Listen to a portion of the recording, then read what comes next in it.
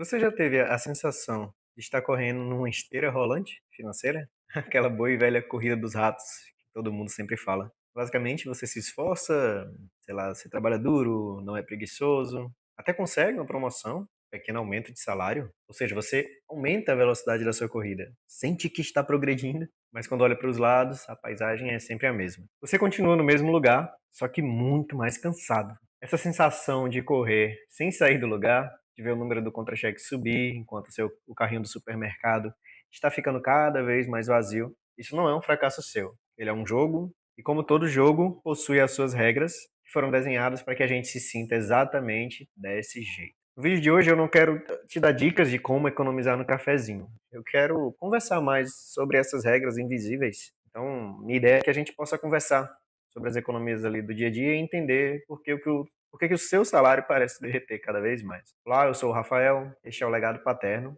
É um espaço para pais comuns que estão tentando entender aí o mapa, mesmo quando parece que ele está de cabeça para baixo. A primeira coisa que a gente precisa saber é que essa frustração é real, ela é matemática, não é coisa da nossa cabeça, nós simplesmente sentimos os efeitos. Quando a gente olha lá para o jornal, aquela manchete maravilhosa do jornal, que diz que a inflação oficial, né, o conhecido IPCA, fechou o ano em 4,8%, a gente de cara, dentro da nossa experiência, a gente sente que tem algo errado. Eu lembro bem aqui, para exemplificar, que em uma semana o café que a gente compra estava a R$ 10, né? R$ 10 e alguns centavos. Em coisa aí de menos de um mês, acho que 3 semanas, foi para R$ 14. É claro que eu sei que esse é um exemplo só, né? Que o índice leva em consideração toda uma cesta de produtos, mas a nível de efeitos práticos, que é o que importa pra gente, esse índice não tem nada a ver com a realidade. Esses números não se constatam na realidade. Só nesse exemplo aí que eu dei do café,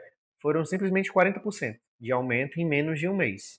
Isso em um produto. Ou seja, a nossa inflação ali do mundo real, ela é absurdamente maior do que o que a gente vê aí na televisão. Eu até entendo também, e eu gostaria de deixar aqui claro, que a inflação oficial é como se fosse ali a temperatura média do Brasil, né? Não adianta dizer que a média do país é 25 graus e se você está em Manaus, que mede 35, ou em Gramado, que a temperatura é 10, né? Para essa galera, realmente, esse índice vai estar bem diferente. Mas a gente sabe que esse número está muito longe, cara, de refletir a realidade. E isso é comum a todo o país. Para eu trazer aqui um outro exemplo, temos o custo do aluguel, principalmente do aluguel, né, de imóveis. Nos últimos anos, enquanto a inflação oficial ficou ali em torno de 4 e 5%, o aluguel nas grandes cidades subiu mais de 13%, talvez até mais, cara, quase o triplo. Se o aluguel é 30 ou 40% das nossas despesas, isso no geral, tem gente que paga até mais, a sua inflação pessoal já disparou, já foi para os ares. Eu estou indo para Brasília agora, logo logo, vou assumir um cargo público lá, graças a Deus foi aprovado. E nas minhas pesquisas, eu achei apartamento de 22 metros quadrados. Eu vou repetir, tá? 22 metros quadrados, custando R$ 2.700 de aluguel. Isso mesmo, quase R$ 3.000 de aluguel por um cubículo. Somado a isso, a gente tem o custo de energia, que nas pesquisas que eu fiz aqui, ele subiu quase 4 vezes a mais que a inflação nas últimas décadas. Aí você soma aí o preço de gasolina, sei lá, mensalidade de escola e por aí vai. Uma informação interessante que eu encontrei também é que, segundo a Deezy, o salário mínimo necessário para sustentar uma família ali de 4 pessoas no Brasil deveria ser mais ou menos R$ 7.600. Mais de 5 vezes o valor que realmente é. E eu, pelo menos dentro da minha experiência, ainda acho que isso daqui tá errado, tá? Uma família com 4 pessoas, esse valor ainda tá muito baixo. Essa parte aqui, digamos que é a mais engraçada, né, da nossa realidade como país. Porque a maioria esmagadora da população, literalmente, ela só sobrevive um dia de cada vez. Ou então estão sonegando aí, né? Estão escondendo a informação aí do quanto realmente ganham. Eu acho mais fácil a primeira situação. Então, quando você sente que não está dando conta, não é basicamente você que está falhando, né? É a matemática que literalmente joga contra você. Além dessa inflação que a gente sente, existem ainda alguns outros ladrões mais sutis que roubam o nosso poder de compra, né, sem que a gente perceba. Queria comentar aqui sobre alguns. O primeiro é a conhecida reduflação. É uma mistura, né, do nome redução com inflação. Eu não conhecia esse nome até fazer aqui a pesquisa do vídeo, mas basicamente aqui é a mágica do encolhimento. né? A gente encontra situações como, por exemplo, uma barra de chocolate que perde uma fileira de quadradinhos, né? Sei lá, tinha 5, 6 fileiras de quadrado, acabou perdendo uma delas. É uma caixa de sabão em pó que encolhe 1 quilo, ao invés de 1 quilo, né? Passa a ser 800 gramas, mas o preço tá lá, é o mesmo. O pacote de biscoito que vem com unidades a menos, o preço na etiqueta não muda e até às vezes sobe um pouco. Só que você está levando menos produto para casa. É um aumento de preço disfarçado, né, que ataca diretamente a nossa confiança. Mas no final das contas a gente precisa comprar. Aqui mesmo eu vi no supermercado próximo da minha casa, eu peguei uma vez exatamente essa diminuição na gramatura do chocolate, que a minha esposa gosta, né? Eu compro para ela. Coisa sutil, mas o preço se manteve mesmo. E um outro exemplo é na caixa de sorvete, né? Eu não encontro mais caixa de sorvete de 2 litros, só de 1,5 litro no máximo, pelo menos aqui onde eu moro. O segundo ladrão, e talvez o mais traiçoeiro, seria a conhecida ilusão monetária. Esse ladrão ele existe dentro da nossa cabeça mesmo, tá? É algo da nossa mente. O nosso cérebro ele tem dificuldade de entender o valor real do dinheiro. Então ele se apega ao número que está escrito lá. A gente tem essa dificuldade de traçar de forma objetiva o valor, né, das coisas. Então, para trazer um exemplo aqui para explicar para vocês, o que é que você prefere? Que o seu salário receba um corte de 4% em um ano, mas que nesse ano não tenha inflação? Ou você prefere um aumento de 5% naquele ano, com 10% de inflação? Pense bem aí, né, nesses dois cenários. Em tese, a situação melhor é a primeira, né? Porque eu só perdi 4% do meu salário. No segundo caso, mesmo que eu tenha ganho 5%, né, a nível monetário mesmo, o número lá do meu salário aumentou 5%, eu tive 10% de inflação no ano. Então, eu acabei perdendo 5%. No primeiro caso eu perco 4, no segundo eu perco 5. Mas a maioria das pessoas vai acabar escolhendo o segundo caso. Porque a palavra aumento, ela soa como uma vitória. A gente foca mais nela. Só que na realidade, no segundo cenário, seu poder de compra caiu 5%. Então você ficou mais pobre do que o primeiro. A ilusão do número maior no contra-cheque, ele dá uma falsa sensação de progresso, enquanto a realidade do custo de vida ali derrete todo o nosso esforço. É claro que existe também uma causa raiz de tudo isso, né? Que é a desvalorização contínua da nossa moeda, do real, pela impressão de dinheiro que o governo pode realizar sempre que quiser. Mas essa conversa é tão profunda e tão importante que eu acho que merece um vídeo inteiro só para ela. Hoje vamos focar nesses efeitos aqui mais diretos, né? Que a gente consegue sentir mais próximo da nossa realidade de paz. E sentir tudo isso ainda tem um custo humano. É um custo que, para nós, pais de família, é muito pesado. Porque existe uma pressão, que ela é falada ou não, para que o homem seja o provedor. Esse papel sempre foi nosso e sempre vai ser, na minha concepção. Existe a pressão para que nós mantenhamos a casa. Eu não estou aqui discutindo se é certo ou errado, né? Na minha cabeça tem que ser assim, mas estou aqui só constatando fatos. E quando, apesar de todo o esforço que a gente faz, o dinheiro não é suficiente, isso não é visto só como um problema financeiro, né? A gente sente como uma falha pessoal, uma falha nossa mesmo, como homens, como pais, como provedores que têm responsabilidade pela sua família. É muito triste, cara, é muito triste mesmo. Eu acho complicado demais isso, você não conseguir prover coisas de qualidade para sua família. Afinal, você sai para trabalhar querendo o mínimo de retorno ali para conseguir fazer o mínimo com qualidade, né? Que sua família não passe por algumas coisas ali que ferem a sua dignidade como homem. E eu não tô nem falando de luxo, longe disso. Eu tô falando só do mínimo, pô.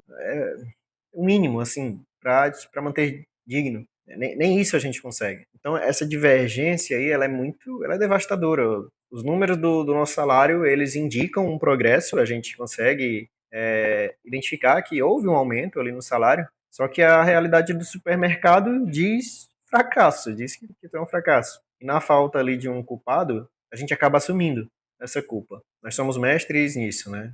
Pelo menos pais responsáveis têm essa mentalidade. A ideia é que, se eu estou ganhando mais, mas a minha vida não melhora, então o problema sou eu. Afinal, o que eu estou recebendo está aumentando. Então sou eu que tenho algum problema aí, não estou sabendo lidar com isso. Curiosamente, isso leva a um outro fenômeno também, uma armadilha que a gente monta para nós mesmos, que é o lifestyle creep. É um outro termo que eu acabei aprendendo também durante a construção desse roteiro. Mas em resumo, é a boa e velha inflação do estilo de vida. É aquela situação na qual você aumentou seu salário e por isso você considera que deve aumentar também o seu padrão de vida, afinal agora você está recebendo mais, vai poder gastar mais, vai se pagar, né? vai se pagar mais ali, usufruir do bom e do melhor e tal. Nada contra, mas tem que ser feito de uma forma mais inteligente. Basicamente, né, é aquele carro mais caro que você compra depois da promoção, uma assinatura de um streaming a mais que você faz, um restaurante mais caro no fim de semana ou em maio, em todo fim de semana, sei lá. Cada decisão parece pequena e merecida, né? Afinal, você lutou por aquilo. Tem sua certa lógica, mas vai te levar para o buraco, cara. E quando a gente se dá conta, esse nosso custo de vida subiu junto com o salário. E aí para pensar, se o meu custo de vida sobe junto com o meu salário, na mesma proporção ou então numa proporção maior, o meu salário não subiu, cara. Em resumo, o meu salário não subiu. Eu estou na mesma e possivelmente até pior. A gente acaba vivendo de salário em salário, literalmente, preso ali, em um padrão de vida mais caro. Então, nós estamos presos nessa esteira rolante financeira que eu comentei no início, com esses ladrões invisíveis roubando nosso dinheiro e com o peso do mundo nas costas, né? Então a gente tem pressão na área social, na área financeira, na área mental, enfim. O que eu proponho sempre é que a gente possa trazer consciência àquilo que a gente está fazendo da nossa vida, viver de uma forma um pouco mais consciente. Nós sabemos da realidade desses ladrões e que eles estão aí para realmente sugar o nosso poder de compra. E com esse conhecimento, a gente precisa tomar algumas atitudes para contra-atacar, digamos assim, né? Para tentar se defender em alguma forma. Então, uma dica que eu queria trazer é buscar, né, diminuir os custos, renegociando alguns serviços, pelo menos, ou realmente fazendo aquele corte ali drástico, né? Um exemplo bem claro que eu tenho aqui é a renovação do meu plano de internet, o pacote de internet da casa. Porque ele funciona por um ano, né? É o período que eu fico preso ali, de certa forma, numa fidelidade, né? Eu tenho a fidelidade por um ano, mas se eu realmente não pretendo trocar aquela internet por um ano, vale a pena eu acabar pagando mais barato, renovando um plano mais interessante. Ou então realmente fazendo pago se eu tenho algum streaming, poxa, eu fico só com aquele, né? Eu assisto o que tiver lá, quando não tiver mais nada que eu quero assistir, se eu quiser assistir em outro, eu cancelo aquele e troco pro outro. Eu tinha um colega no trabalho que ele disse que tinha todos os streamings, né? É complicado, uma situação dessa eu acho complicado.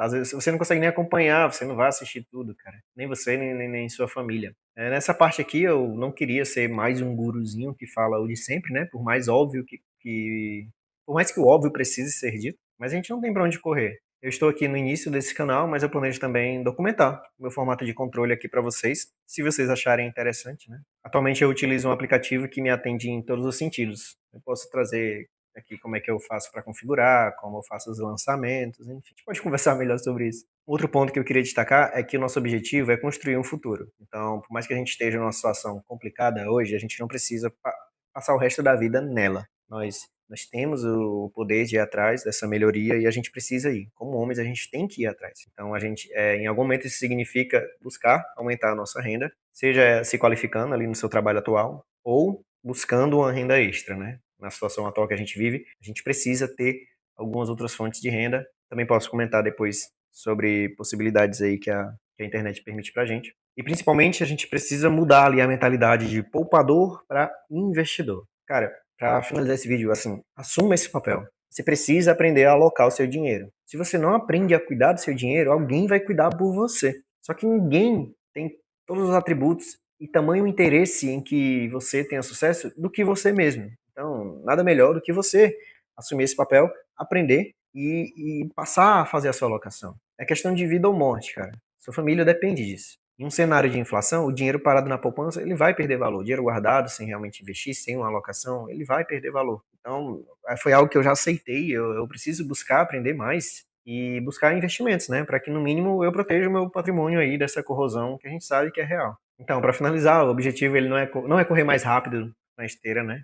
É entender como ela funciona, para que talvez a gente consiga diminuir a velocidade ou, quem sabe, até um dia sair dela. Eu sei que o primeiro passo é a clareza, nossa família depende disso. É parar de se culpar sozinho também, entender que existem forças maiores em jogo e que você está contra elas, então faz parte. O passo seguinte seria talvez ter essa conversa, né, dentro de casa, com honestidade. A família como um todo precisa entender e precisa confiar que o que você está fazendo é o melhor. E em resumo, eu espero muito que você consiga melhorar, trazer mais controle para sua vida financeira e que sua família prospere, você prospere. Deus o abençoe sempre, tá? Para finalizar, vocês, qual é o item de supermercado aí ou a conta que mais te assustou no último mês ou no último ano? Compartilha aí nos comentários. Vamos ver aí que nós não estamos sozinhos nessa luta, né. Grande abraço e até a próxima.